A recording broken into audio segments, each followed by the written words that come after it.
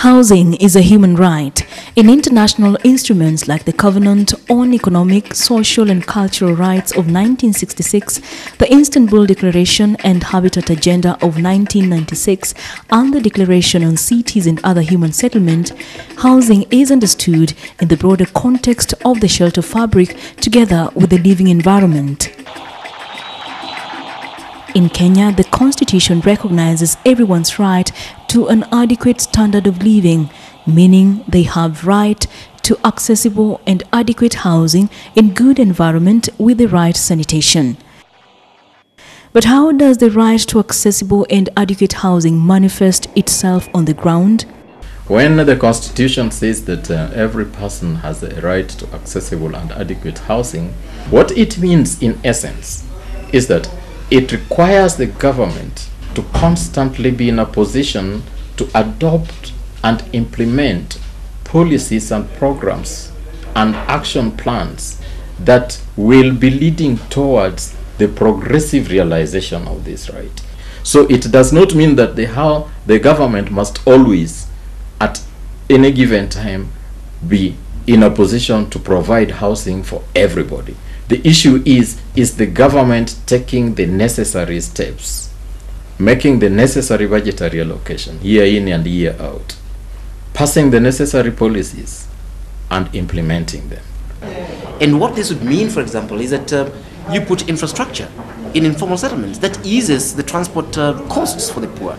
It means you put water in these places, which eases their own access to water, even if they have to buy it. Adequate shelter prevents social unrest occasioned by depravity and frustrations of people living in slums and informal settlements.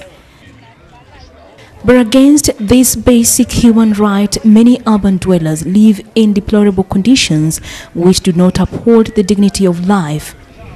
In some cases, the number of homeless and street families are on the rise with no solutions in sight. In the low-income areas and in informal settlements, dwellers have to contend with horrifically crowded and substandard housing, unsafe drinking water, insecurity, lack of basic sanitation, insecure tenure, and a lack of access to education and health services. Housing conditions in most slums are appalling, with serious repercussions for health, safety, and well-being of the residents. New energy-efficient appliances and other features that make a home comfortable only appear as part of the many items that fall on their long wish list. According to an Oxfam GB report, the housing conditions of the urban poor are often deplorable. The informal settlements, of which it is estimated that there are now over 200, varying considerably in terms of their population size and area, occupy a mere 5% of the total residential land of the city, despite housing over half of the population. In these, a high percentage of the dwellings are constructed of semi-permanent materials, and many of them are severely dilapidated and even overcrowded. While a high-income area of Nairobi, such as Karen, or middle-income areas such as Parklands, can have population densities as low as 4 or 25 persons per hectare respectively, in Kibera, population density has been recorded as 826 persons per hectare. When slums are disaggregated even further, the figures can be even more shocking. Proper accessibility to allow for free flow of goods and services into and out of the slums is also lacking. When it rains in Kibera, residents are often forced to walk through mud and sewage for even up to 3 kilometers before they can catch a bus to work. Meanwhile, the lack of roads means the police are reluctant to enter, making the environment a breeding nest for criminal activities. Harsh living conditions have also led to major lifestyle illnesses, increasing incidence of alcohol and drug use. Even more worrying is lack of access to sanitation. Studies by Oxfam show that approximately half the city's total population have access to a flush toilet, and the vast majority of these are in the city's wealthy and middle-income areas. By contrast, in the slums, the majority of the residents use pit latrines that are overused and inadequately maintained. In most cases, the latrines are not on-plot facilities but communal ones that serve a large number of people from the surrounding area.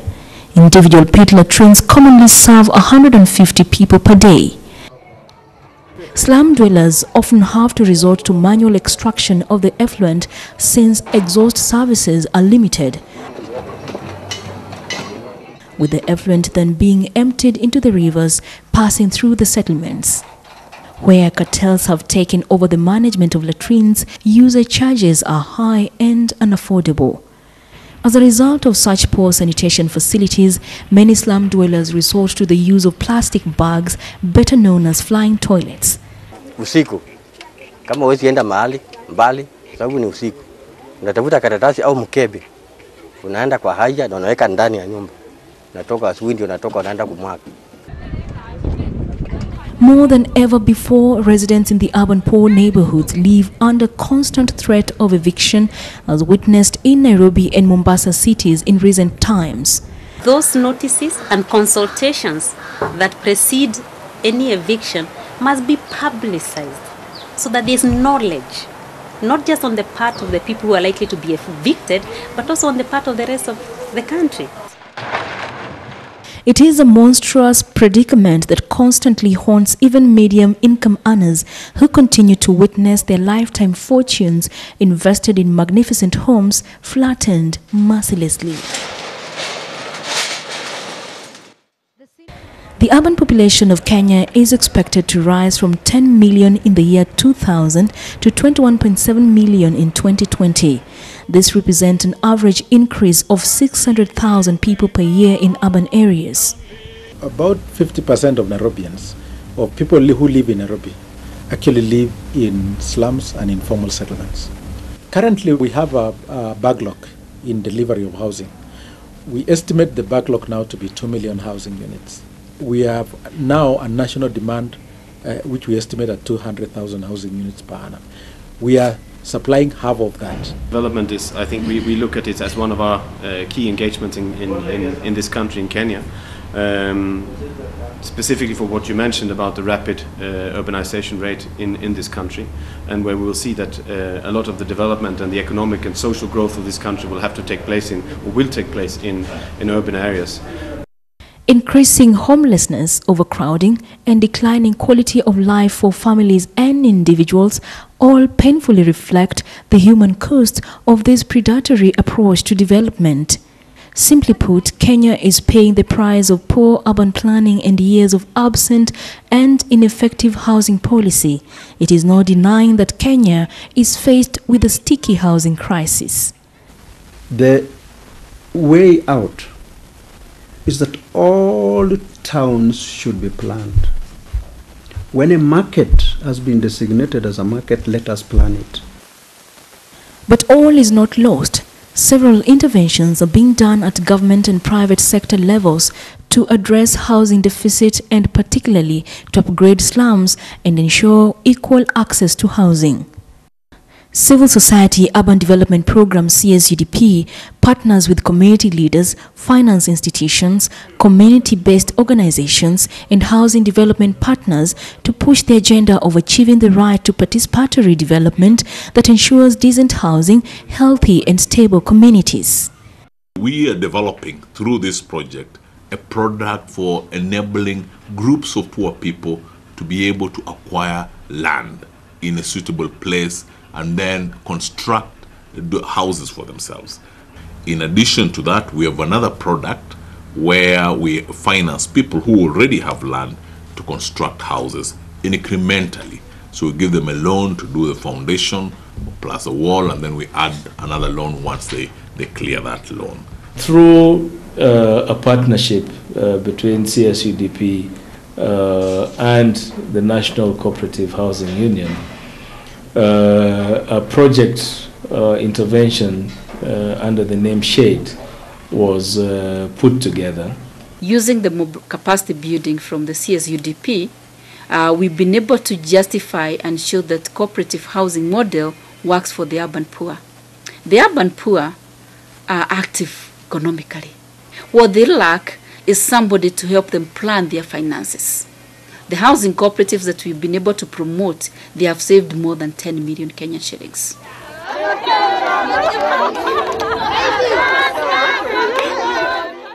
For example, we were to do a demonstration with the Gumo Beggar Women Housing Cooperatives. Those are women who are actually squatting in land near the Wilson Airport.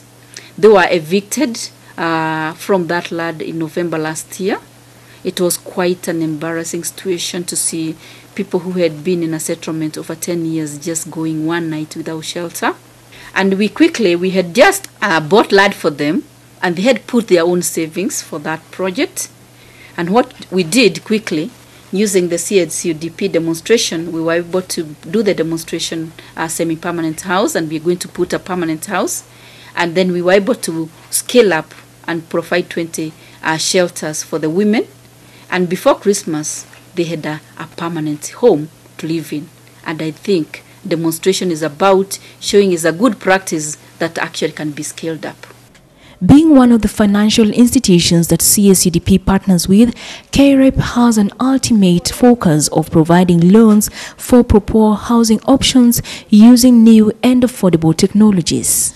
In addition to low-cost housing, we also emphasize on low-cost building technology, which is mostly building materials.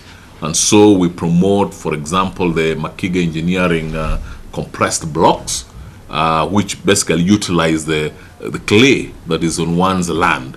KREP lends low-interest loans to groups which then repay at pocket-friendly amounts and at convenient intervals. Katika KREP tumejenga nyumba 9.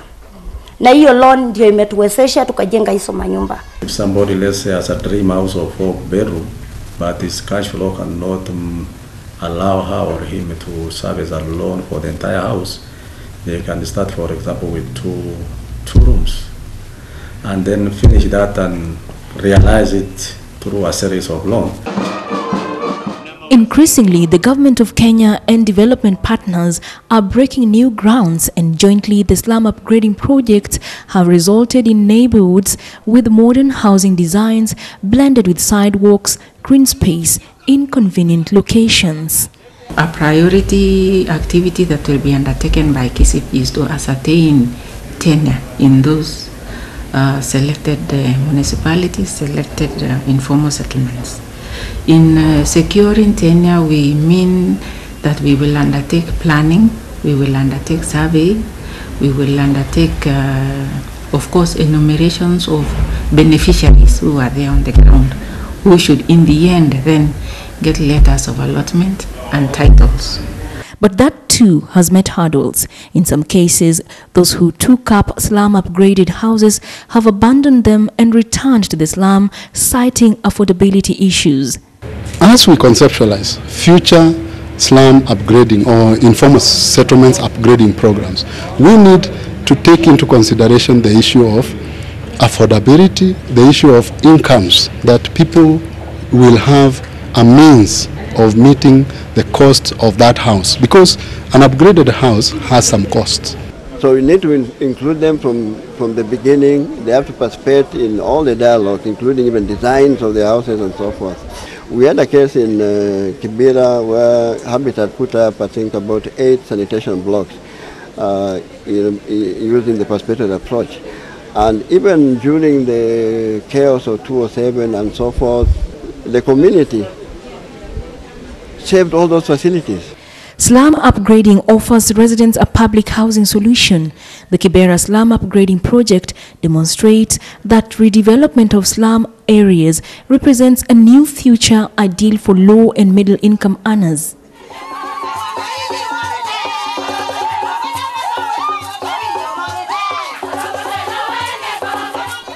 The Slum Upgrading Project is change for the better.